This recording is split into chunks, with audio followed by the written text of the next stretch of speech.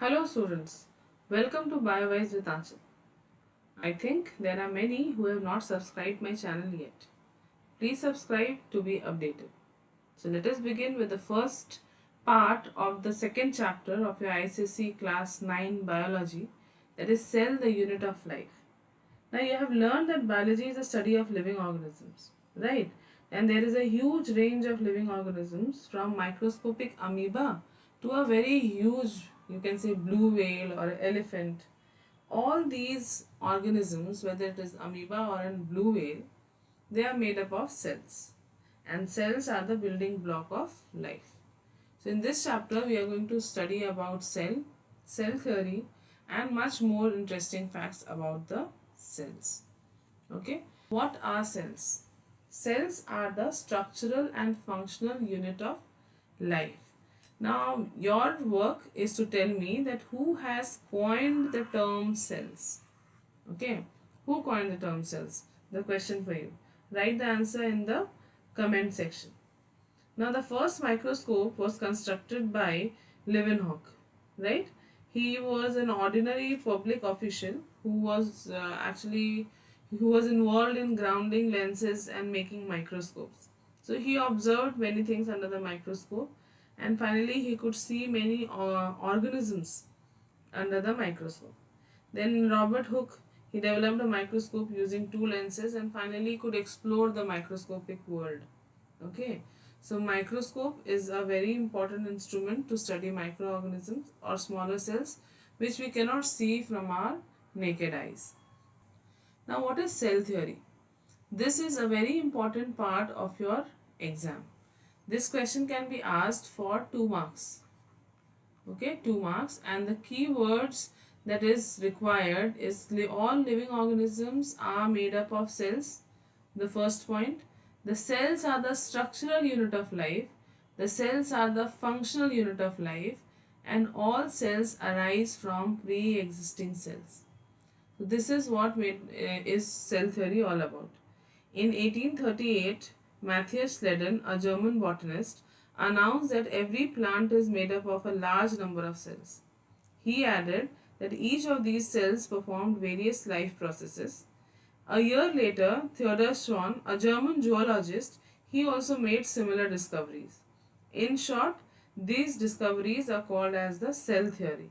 Later on, Virchow has added the last point, that is all cells arise from pre-existing cells. Okay.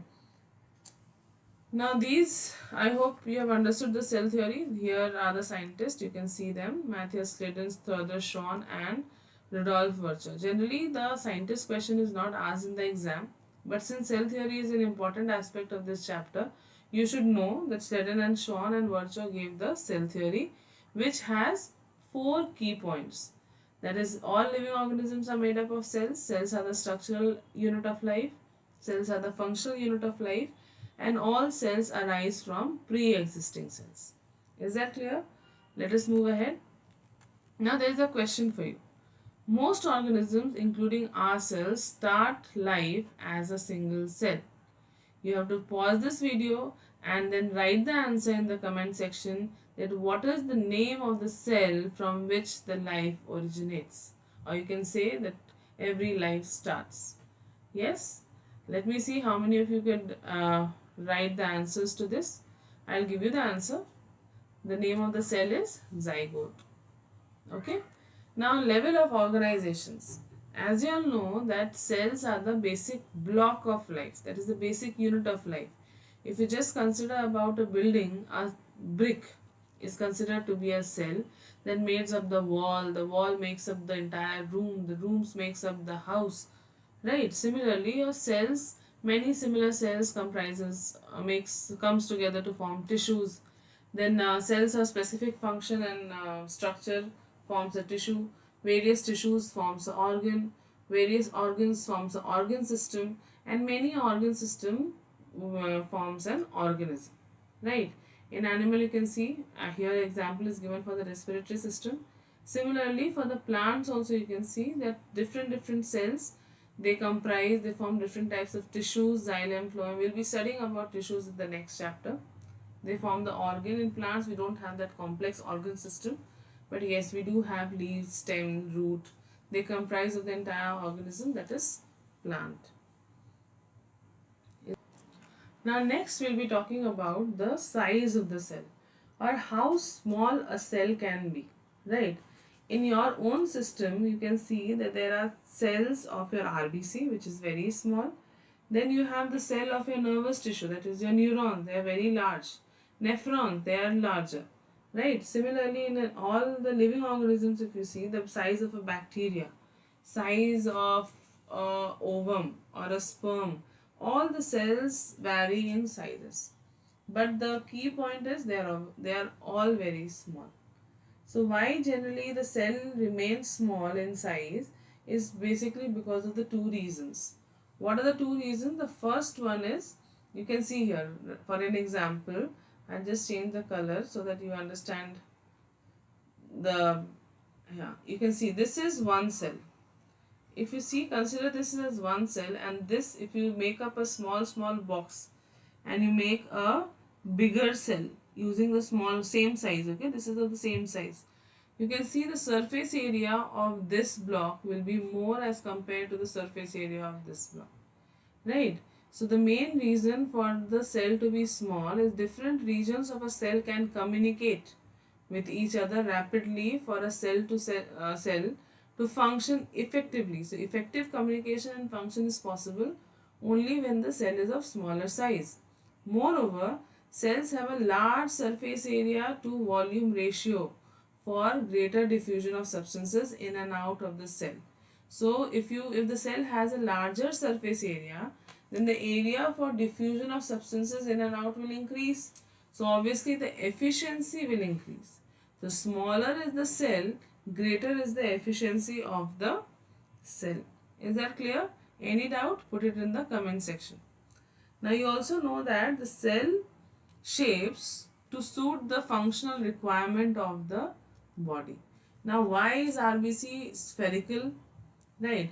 If you talk about RBC does not have a nucleus. RBC does not have mitochondria. Right? Does not have mitochondria. RBC does not have endoplasmic reticulum. So why all these organelles, important organelles, are absent in RBC? Now nucleus is absent so that RBC can accommodate more and more oxygen. Mitochondria is absent so that RBC cannot utilize its own oxygen, which it is carrying from cell to cell. It's just a transport. You can say it's a cell to transport. It should not utilize the material which it is transporting, right? So in order to avoid the usage of oxygen, mitochondria is absent. Moreover, endoplasmic reticulum provides a framework to the cell. If endoplasmic reticulum is missing in the RBC becomes very flexible. It can pass through the capillaries very easily. So you can see there that everything missing or everything present within a cell is to suit certain functional requirement of the cell. Okay. Is that clear? Any doubt? Now cells, you can see as in the diagram, vary greatly in shape. These may be disc-like, polygonal, rectangular, cuboidal, branched, even irregular. These shapes are often related to different functions. So RBC functions, I hope it's clear to you all. RBCs are circular and biconcave so that it can pass through the narrow capillaries and transport oxygen. Right. So this question can be asked in the examination, that why is nucleus missing? It can be a very good question in assertion reasoning. Okay. Assertion reasoning question can be asked, that why is nucleus missing, and reason of mitochondria and endoplasmic reticulum can be given to you. So you have to choose the right answer. Right. White blood cells are basically amoeboid in shape. That is amoeba-like, right, which can squeeze through the capillary walls. Similarly, if you see the nerve cells, this is the nerve cells. Children, I'll be making a video on how to draw certain important diagrams of this chapter after the part 2 video that comes, right? That is, entire chapter explanation will be done. Then we'll have an important video on how to draw the diagrams and what are the important points that we need to remember in this chapter. Okay, so now neurons, you can see the nerve cells, they are elongated, right? They are elongated cells. Now elongated cells, what is the function of the elongated cells? So that they can conduct impulses from distant part of the body to the brain and vice versa. Similarly, muscle cells, if you see, these are the muscle cells. Muscle cells, if you see, they are long, contractile to pull and squeeze the different parts of the cells. Guard cells, that is present in plant, the stomata, if you remember, the guard cells are bean-shaped cells. So when they are totally turgid, the stomata remains open, and if they are flaccid, the stomata closes. Is this clear? Any doubt? This reasoning question can be asked. And human sperm cell is the only cell which has got flagella. Okay, flagella is a component of a bacterial cell. But in case of human beings or in case of any mammal, it is the sperm cells, that is a male gamete, which has got flagella, which helps it to swim or move or propel. Okay. Now, there are different types of cells, the prokaryotic cells and the eukaryotic cells. From the name prokaryotic, it is clear pro means primitive and karyo means nucleus. Nucleus, and pro means primitive. Okay, primitive. Primitive nucleus, you can see it here. It is a prokaryotic bacterial cell. You can see the nucleoid or the DNA is present suspended in the cytoplasm. There is no nucleus to hold the DNA, right? Even the organelles are not that specific, which is present in the eukaryotic cells. So the prokaryotic cells have nuclear matter scattered in the cytoplasm. Similarly, eukaryotic cells, U means new. Okay, eukaryotic cells, U means new, that is developed, well defined nucleus. Well defined nucleus. Okay, so eukaryotic cells have a well defined nucleus. The nuclear matter is found inside a nucleus, that is a double membrane structure. Okay, it's an organelle which holds the DNA in a very specific way, keeps it preserved. Okay, now structure of the cell. What is cell? Basically, cell consists of a cell membrane followed by a nucleus. I'm talking about a eukaryotic cell, and cytoplasm. There are many organelles which are suspended in the cytoplasm. Right? Cell organelles are the little organs. A difference between a cell organelle and a that is, what is the difference between an organ and an organelle can be asked. Okay, difference between an organelle or the organ can be asked. So cell organelles, there are various kind of cell organelles present. Golgi apparatus, mitochondria, endoplasmic reticulum, then ribosomes. So we'll study all those in details. Basically, the structure of a cell comprises of three major components: the cell membrane, the cytoplasm, and the nucleus. Okay. These are the different parts of the cell. You can see living part of the cell membrane. In plants, we have cell wall. You can say an extra layer covering the cell membrane. It is non-living part and it is freely permeable, whereas cell membrane is semi-permeable. Okay, we'll talk about the cell membrane and the cell wall in the next part of the video. In cytoplasm, you find endoplasmic reticulum, that is gives the structural support to the cells, gives the proper framework to the cells. Mitochondria, the powerhouse of the cells. Golgi apparatus for synthesis and secretion of enzymes. Ribosomes, the protein factories.